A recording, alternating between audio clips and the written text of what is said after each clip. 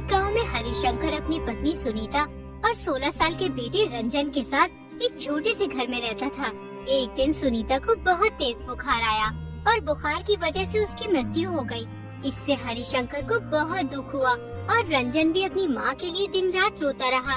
एक दिन हरिशंकर अपने बेटे से बोला, बेटा, इस तरह रोने से काम नहीं चलेगा।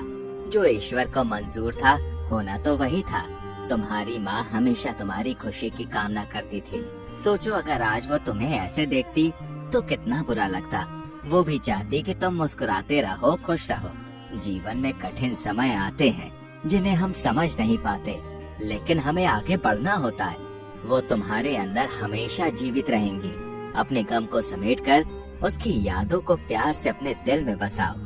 हरिशंकर ने अपने बेटे रंजन को बहुत समझाया, लेकिन रंजन दिन रात अपनी माँ की याद में रोता रहता था।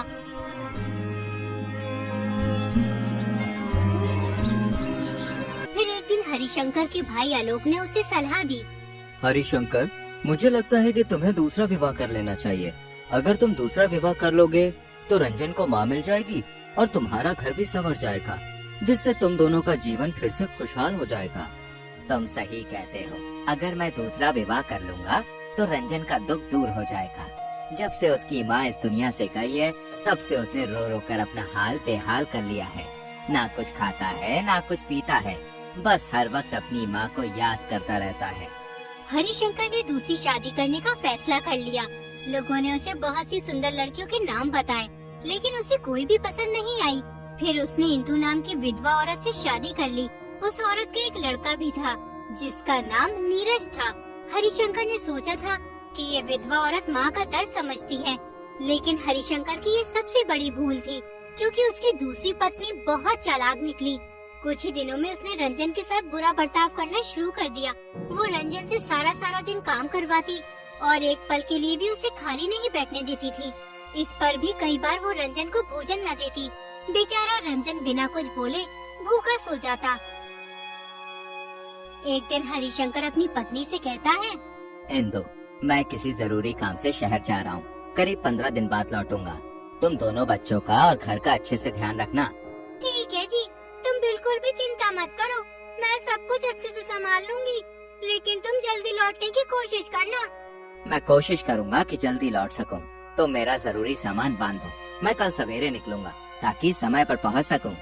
अगले दिन हरिशंकर शहर के लिए निकल जाता है। फिर इंदु रंजन से बोलती है, सुनो रंजन, तुम्हारे पिताजी किसी जरूरी काम के लिए शहर गए हैं, इसलिए अब तुम्हें ही इस घर के सारे काम करने होंगे। कल से तुम खेतों पर जाकर काम करना, समझे? लेकिन माँ, मुझे तो खेती का काम नहीं आता, फिर मैं खेतों में कैसे काम करूँगा? अरे माँ मत बोल मुझे, मैं तेरी माँ नहीं हूँ। तेरी माँ तो चल बसी और तुझे मेरे ऊपर बोझ बनाकर छोड़ गई। माँ, तुम क्या कह रही हो? सौतेली ही सही, लेकिन तुम तो मेरी माँ हो। मैं भी तुम्हारे बेटे नीरज के जैसे ही हूँ। पिताजी ने तुमसे शादी इसलिए की थी कि मुझे माँ की कमी महसूस ना हो। अरे अपनी बकवास बंद कर। तू नीरज जैसा कैसे हो सकता है? वो तो लाखों में एक है और तू नामुराद कहीं का हर वक्त बड़े बूढ़ों जैसी बात करता है। जितनी तेरी उम्र है उतनी बातें किया कर। हरिशंकर के जाने के बाद इंदु रंजन पर और भी ज्यादा जुल्म करने लगती है। वो रंजन को सारा दिन खेतों पर काम करने के लिए भेज देती और अपने बेटे नीरज को घर में बैठाकर खूब अच्छी चीज खिलाती थी और रंजन को सूखी रोटियां देती थी, वो भी वक्त बेवक्त। अपनी सौतेली माँ का ये व्यवहार देखकर रंजन को बहुत दुख होता था। उसे अपनी माँ की याद आने लगती थी। वो घर से दूर एक पेड़ के नीचे बैठकर सोचने लगता है, अगर आज मेरी माँ जिंदा होती तो वो मुझसे कितना प्यार करती, वो मेरी कितनी फिक्र करती थी, मेरे लिए अच्छा खाना भी बनाती थी। माँ, कहाँ हो तुम? मुझे तुम्हारी बहुत याद आती है। मैं तुम्हारे बगैर नहीं जी सकता हूँ। मैं तुम्हें बहुत याद करता हूँ। तुम्हारी कमी मैं हर पल महसूस करता हूँ। तुम्हारे बिना जीना बहुत मुश्किल हो गया है माँ। रंजन बेचारा अपनी माँ को याद करके रो रहा था। उतने में ही मोहल्ले की 2 महिला आती है। उन्हें रंजन पर बहुत दया आती है। ये सब सौतेली माँ की करतूत है। अपने बेटे को इतने प्यार से रखती है और बेचारे रंजन को सही से खाना भी नहीं देती है। सारा दिन खेतों में काम करवाती है। हाय, बेचारी क्या जानती थी कि उसके मरते ही लड़के की ये दुर्दशा होगी। ईश्वर न करे किसी भी बच्चे का सौतेली माँ से पाला पड़े, जैसे अपने बच्चों की जिंदगी खराब करनी हो, वो बच्चों के रहते हुए अपना दूसरा ब्याह कर ले। ऐसा कभी नहीं देखा कि सौत के आने पर बच्चों का जीवन तबाह न हो गया हो। ऐसी देवी ने जन्म ही नहीं लिया जिसने सौत के बच्चे को अपना समझा हो। रंजन बहुत ही समझदार था, इसलिए उसे ये समझते देर नहीं लगी कि लोग केवल घर बिगाड़ने वाले होते हैं। इसलिए उसने इन दोनों महिलाओं की बातों पर कुछ ध्यान नहीं दिया और बगैर कुछ कहे घर चला गया। इंदु गुस्से में बैठी हुई रंजन का इंतजार कर रही थी। जैसे ही रंजन घर में घुसता है, इंदु उसे उल्टा सीधा कहना शुरू कर देती है। अरे कहाँ गया था? मैं कब से तेरा इंतजार कर रही हूँ। तुझे घर की कोई फिक्र है कि नहीं? सारा काम यूं ही पड़ा है।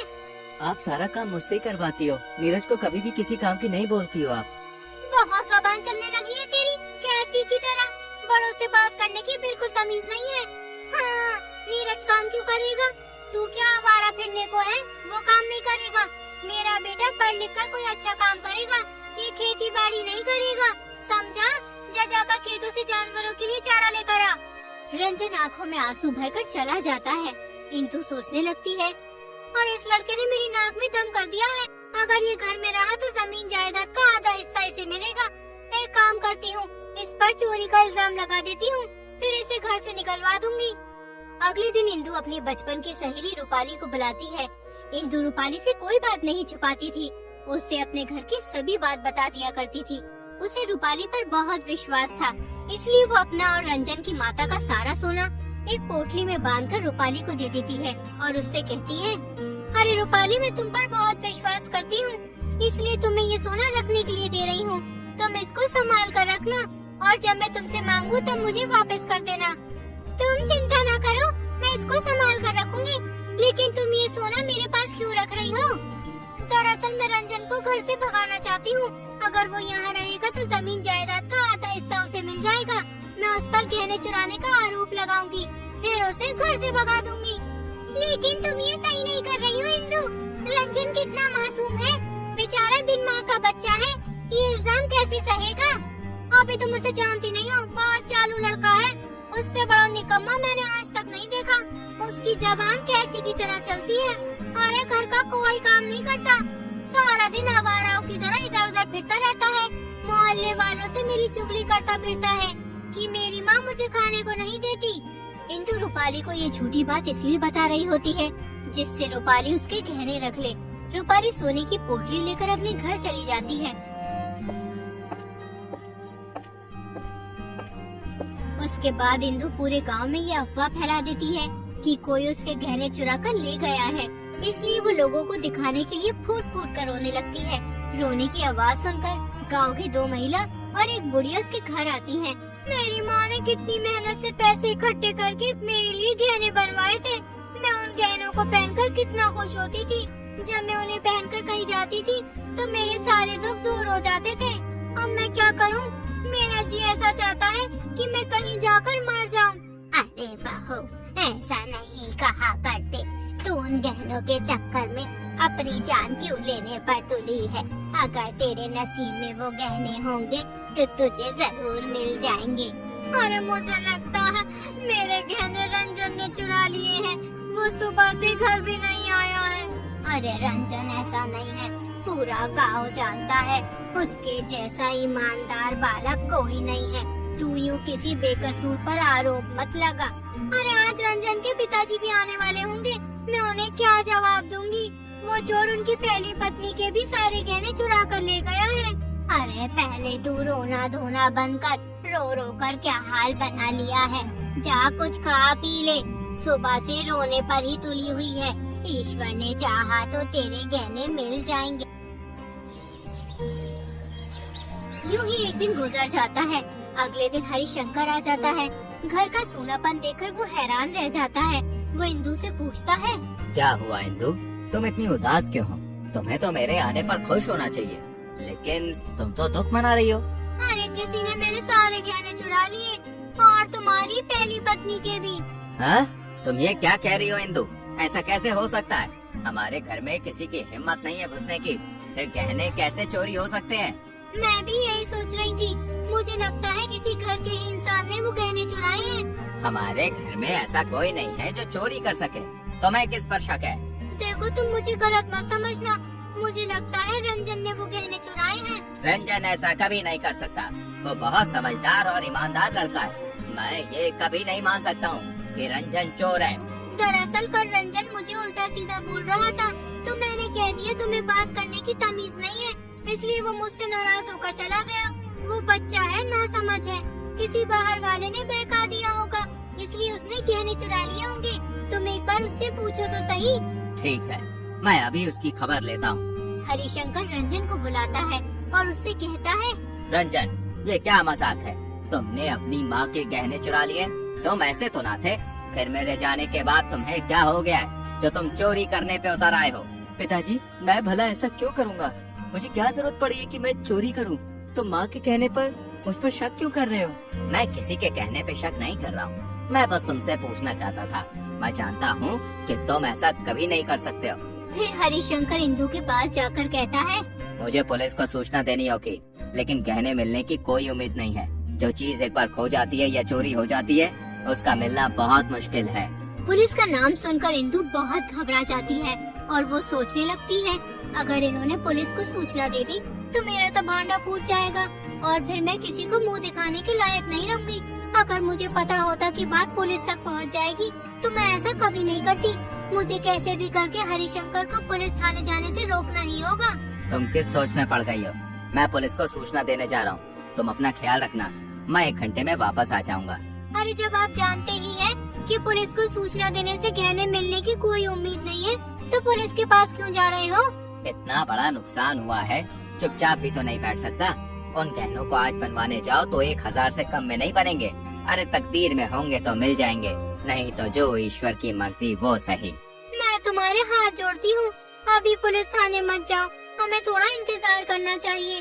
अगर चोर कोई घर का निकला तो अनर्थ हो जाएगा। हमें पहले खुद तहकीकात करनी चाहिए। हरिशंकर इंदु की बात मान लेते हैं। अगले दिन सवेरे सवेरे इंदु रूपाली के घर पहुंच जाती है और रूपाली से कहती है, अरे बहन, जो जाल मैंने अपने सौतेले बेटे के लिए बिछाया था उसमें तो मैं खुद ही फंसती जा रही हूँ। मैंने सोचा था चोरी का नाम सुनकर वो रंजन को घर से निकाल देंगे, लेकिन कोई रंजन को चोर मानने के लिए तैयार ही नहीं है। हरिशंकर पुलिस को सूचना देने जा रहे थे, मैंने बड़ी मुश्किल से रोका है उन्हें। अगर पुलिस ने छानबीन की तो मैं ही फंस जाऊंगी। मुझे कैसे भी करके इस समस्या से निकलना होगा। मैं तुम्हारे पास अपने गहने लेने आई हूँ। मैं हरिशंकर से कह दूंगी मैं गहने रख कर भूल गई थी। इस तरह इस समस्या का हल हो जाएगा। तुम किन गहनों की बात कर रही हो? तुमने मुझे गहने कब दिए थे और किसके सामने दिए थे? रूपाली की ये बात सुनकर इंदु के होश उड़ जाते हैं। इंदु समझ जाती है कि रूपाली गहने जब्त करना चाहती है। अरे बहन रूपाली, तुम क्या कह रही हो? मैंने तुम्हें अपने और रंजन की माँ के गहने संभाल के रखने के लिए दिए थे। तुम यहाँ से सीधी तरह चाहती हो कि बुलाऊं तुम्हारे पति को? पूरा गांव जानता है तुम्हारे गहने किसी ने चुरा लिए हैं। अगर गांव वालों को तुम्हारी सच्चाई पता चल गई तो तुम किसी को मुंह दिखाने के लायक नहीं रहोगी। गांव में तुम्हारे पति की इज्जत खराब हो जाएगी। तुम जैसी कठोर हृदय की औरत मैंने आज तक नहीं देखी। अपने बेटे के चक्कर में एक मासूम बच्चे की जिंदगी खराब करने पे उतर आई। भलाई इसी में है। चुपचाप अपने घर चली जाओ और कभी यहाँ मत आना। इंदु को रूपाली की बात पर बहुत गुस्सा आता है, लेकिन वो मजबूर हो चुकी थी, इसलिए उसने रूपाली से कुछ नहीं कहा। अगर वो रूपाली से कुछ कहती तो सच्चाई का सबको मालूम हो जाता, इसलिए वो बगैर कुछ कहे अपने घर की ओर निकल जाती है और सोचने लगती है, हे ईश्वर, बड़े बूढ़े सही कहते हैं, जो दूसरों की राह में कांटे बिछाते हैं वो उल्टे उसे ही चुभते हैं। मैंने उस मासूम नादान बालक पर इतना बड़ा कलंक लगाने की सोची थी। मैं अपने आप को कभी माफ नहीं कर पाऊंगी। इंदु को अपनी गलती का एहसास हो जाता है। उसके पास अब केवल एक ही रास्ता था, या तो चुप रहे या फिर हरिशंकर को सब कुछ सच सच बता दे और रूपाली से अपने गहने ले ले। इसलिए इंदु फैसला कर लेती है कि वो हरिशंकर को सब कुछ सच सच बता देगी। वो घर पहुंचकर हरिशंकर से कहती है, मैं आपसे एक बात करना चाहती हूँ। ये बात सुनकर शायद आप मुझे माफ ना कर सको और घर से निकाल दो, लेकिन मुझे कोई दुख ना होगा। मेरे जैसी महिला के साथ ऐसा ही होना चाहिए। इंदु, क्या हो गया तुम्हें? तुम ये कैसी अजीबोगरीब बातें कर रही हो? दरअसल वो गहने किसी ने नहीं चुराए। वो मैंने अपनी सहेली रूपाली को दे दिए थे। मैंने सोचा कि रंजन पर चोरी का इल्जाम लगवाकर घर से निकलवा दूंगी। उसके बाद सारी जमीन जायदाद पर मेरे बेटे का हक होगा। मैंने उस मासूम पर बहुत जुल्म किया है। मैं माफी के लायक नहीं हूँ। इंदु, मुझे पहले से ही पता था कि गहने किसी ने नहीं चुराए। मैं तो बस तुम्हारे मुंह से सुनना चाहता था। रूपाली ने मुझे पहले ही सब बता दिया था कि तुमने किस तरह उसे गहने देकर रंजन पर चोरी का इल्जाम लगाया। लेकिन तुम एक बात भूल गई, मारने वाले से बड़ा बचाने वाला होता है। जो साजिश तुमने एक मासूम बच्चे के लिए रची थी, तुम ही उल्टा उसमें फंस गई। उतने में ही रूपाली गहने लेकर वहाँ आ जाती है और हरिशंकर को दे देती है। इंदु, तुम सोच रही होंगी कि मैंने तुम्हारे साथ ये क्यों किया, लेकिन मैं जानती हूँ कि मैंने सही किया। मैं बेमाँ के बच्चे पर अत्याचार होते नहीं देख सकती। तुम तो उस मासूम बच्चे की जान लेने पे उतारू थी। उस दिन जब मैंने तुम्हारी आंखों में वो अंधेरा देखा, मुझे एहसास हुआ कि तुम कितनी निर्दयी हो। मैं मानती हूँ मुझसे गलती हो गई। मैं माफी के लायक भी नहीं हूँ। मैं अब जीना नहीं चाहती। हरिशंकर, हो सके तो मुझे माफ कर दो। इंदु, तुम्हें अपनी गलती का एहसास हो गया, यही तुम्हारे लिए काफी है। इंसान को अपनी गलतियों से ही सीखने का अवसर मिलता है। हम सभी कभी न कभी गलतियाँ करते हैं, लेकिन उनसे सीखना और खुद को सुधारना सबसे महत्वपूर्ण है।